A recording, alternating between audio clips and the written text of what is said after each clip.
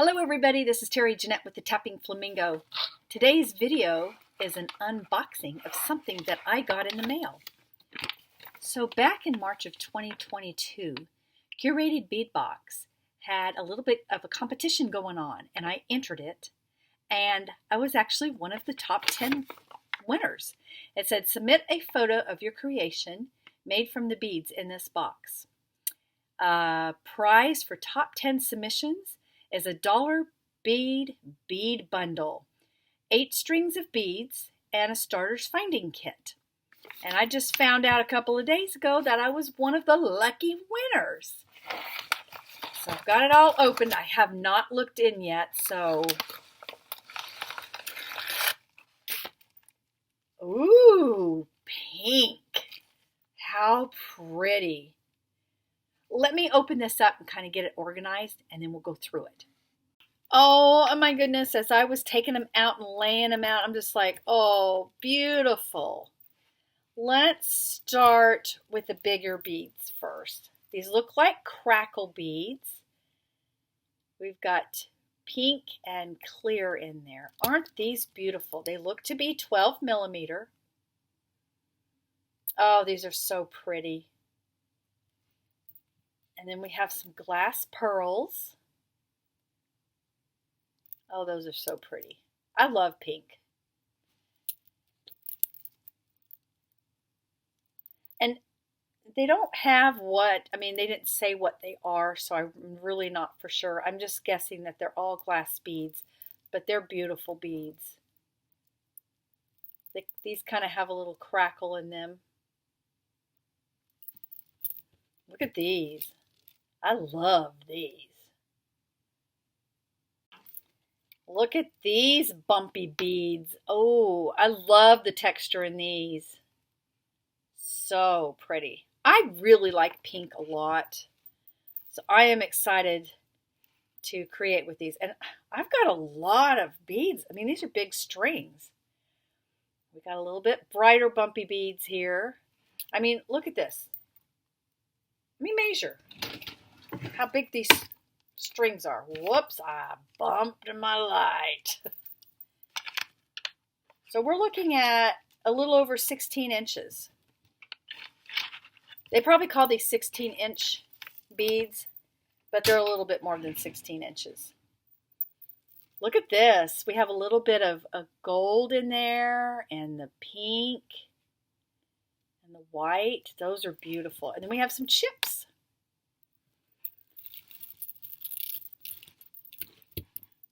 Now to go through the findings kit. All right, let's see what we have here. We have some jump rings. We have some ear wires.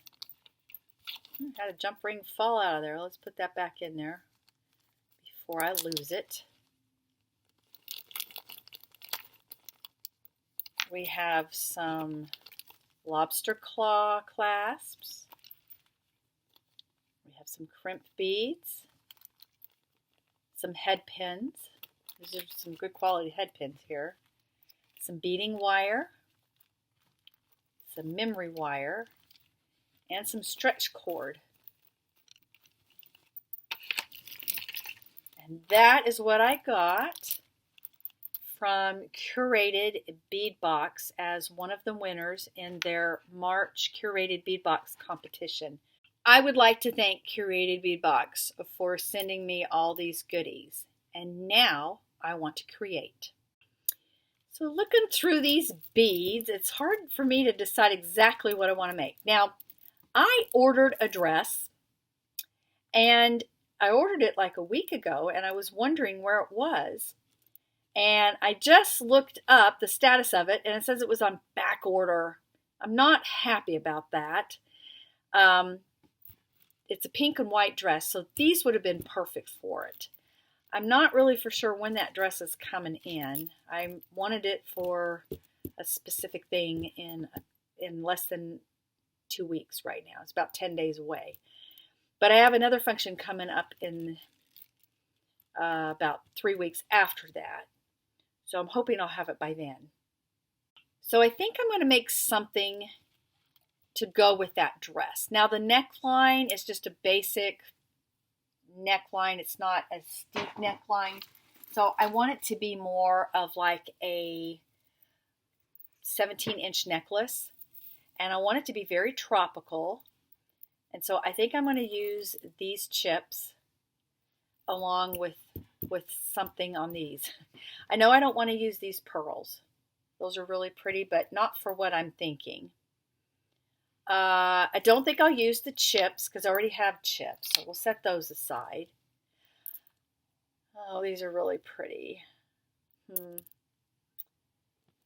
These would really be pretty. These would be, oh, I don't know. Let me think on this, and then I shall return. All right, so I think I've thought this out, and I think I know what I'm going to do. Now, since I really don't know the exact color of the pink in this dress because I haven't seen it in person, I am going to do something that it doesn't necessarily have to be the exact match. So I'm going to not use those. I think I'm going to use these and maybe those. I think this is going to look really nice together. It gives it a little bit more interest. So the first thing I need to do is cut off the beads. And of course, I'm probably going to make earrings too. So we'll take some few of those off. I'm not going to use them all. Take a few of these off.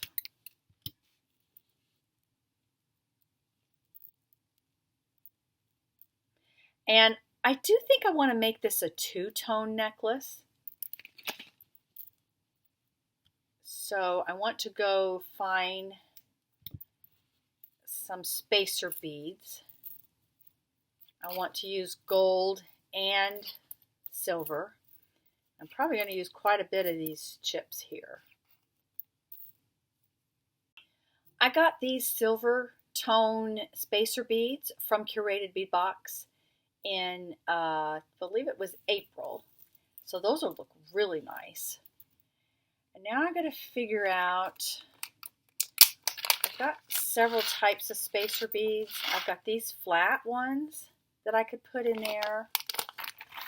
Or I've got these barrel Tibetan type beads. Not really for sure which ones I'm going to use. So I'm going to start out by kind of laying them out to come up with a pattern.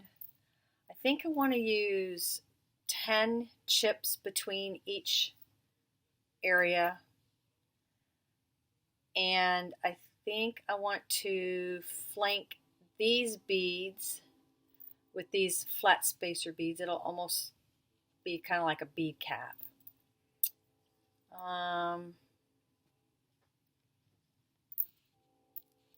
Let's see, so those go there.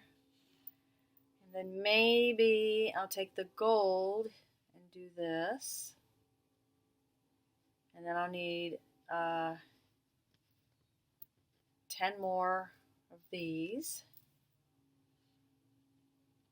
And then this. Let me start stringing these up and see what they look like. It's kind of hard to get a visual with these unless they're actually on something. So I got them strung up. I have 10 of these chips between each one. I am using the silver tone and the gold tone. And as far as a lobster claw, I'll probably use a silver tone. So we got our metals mixed. I think I'm going to really like this. So let me finish stringing these up to what should be about a 17-inch necklace. So I've decided to actually do this in the back with a chain. I want this to fall in the middle, and this is going to be a perfect length. So what I did is I finished it off with the gold bead and then a silver bead. And I'm going to use one of these clamshell bead tips. Thread it on there, tie a couple of knots.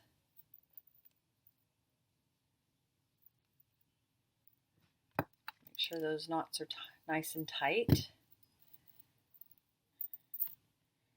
Feed them into the opening of that bead tip. Carefully close it up. Trim off the wire.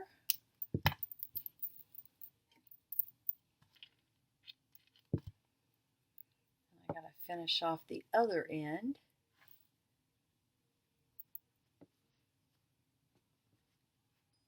I hope I wasn't out of frame just then. Let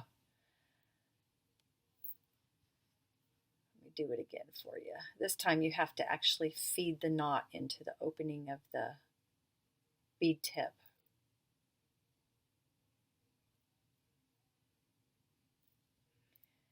And I like to use a pen.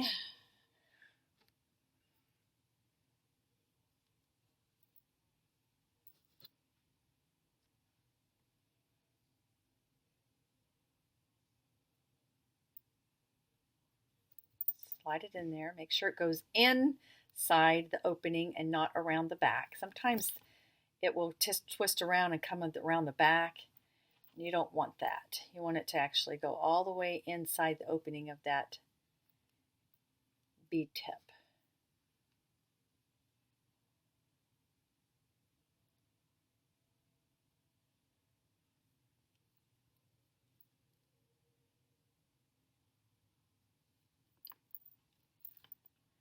And make sure it's not too tight or these will bunch up and not lay right.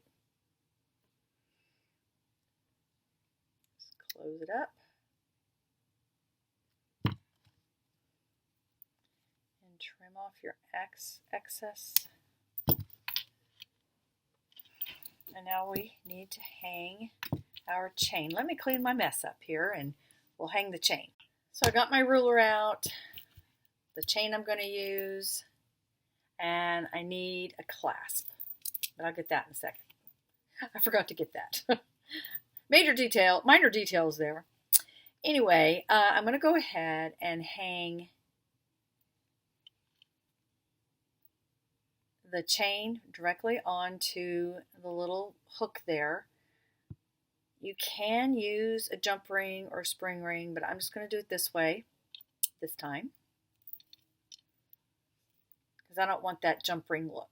Sometimes you want that, but not this time. Go ahead and close that up. So I need to measure. I want this to be about a 17-inch necklace. So I'm going to measure. I got to keep in mind the clasp is about 1 inch. So I need to keep that in mind when I'm measuring. I'm going to go 16 inches plus 1 link because I'm going to make a couple of cuts. That's one cut.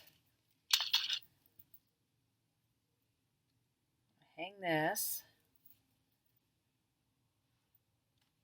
and close this up. And now I need to find the middle.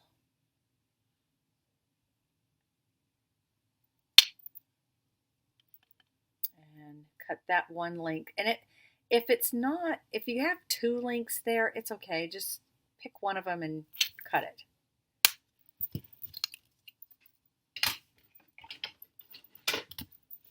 So now what I need to do is get a clasp. So I've got my lobster claw. I want to make sure it is working, which it is. I also, this time, I'm using 2 split rings. See, they go around twice. And I have a split ring pliers, which I can just open the split up with them. And then I can put one side of the chain in there.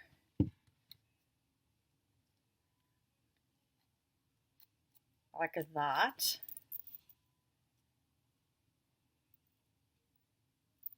And I'm not going to use this little tiny thing. I want something that's a little bit more substantial than that, like that.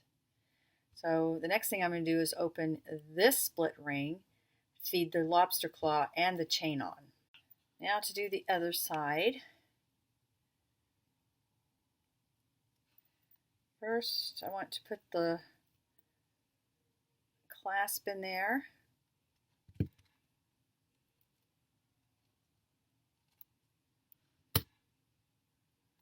then I'm going to put the chain in there. These things are such a lifesaver when it comes to doing charms and things like this with split rings.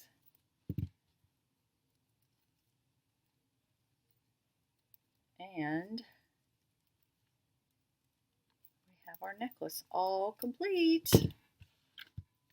Yay-hoo! Sorry the lighting's not that great, but I wanted to show you what it kind of looked like on here. You can't really see the vibrance of the pink because the lighting is so bad. It's nighttime. I started this during the day, and my husband came home early and surprised me and took me out to dinner. So that's why I'm finishing it when it's dark. But anyway, I love the length of this. And you really can't see the chain that much, but it's okay if you did see it. I sometimes feel it's a little bit more comfortable, especially with wearing chips. I think this is going to look really good with my new dress. I hope it comes. Here's an up-close look at it. I think it's going to be very neutral, even though it's pink. I really like this. Hope you enjoyed my video. Hope you all have a fantastically wonderful day. This is Terry Jeanette with the Tapping Flamingo signing out for now. Bye-bye.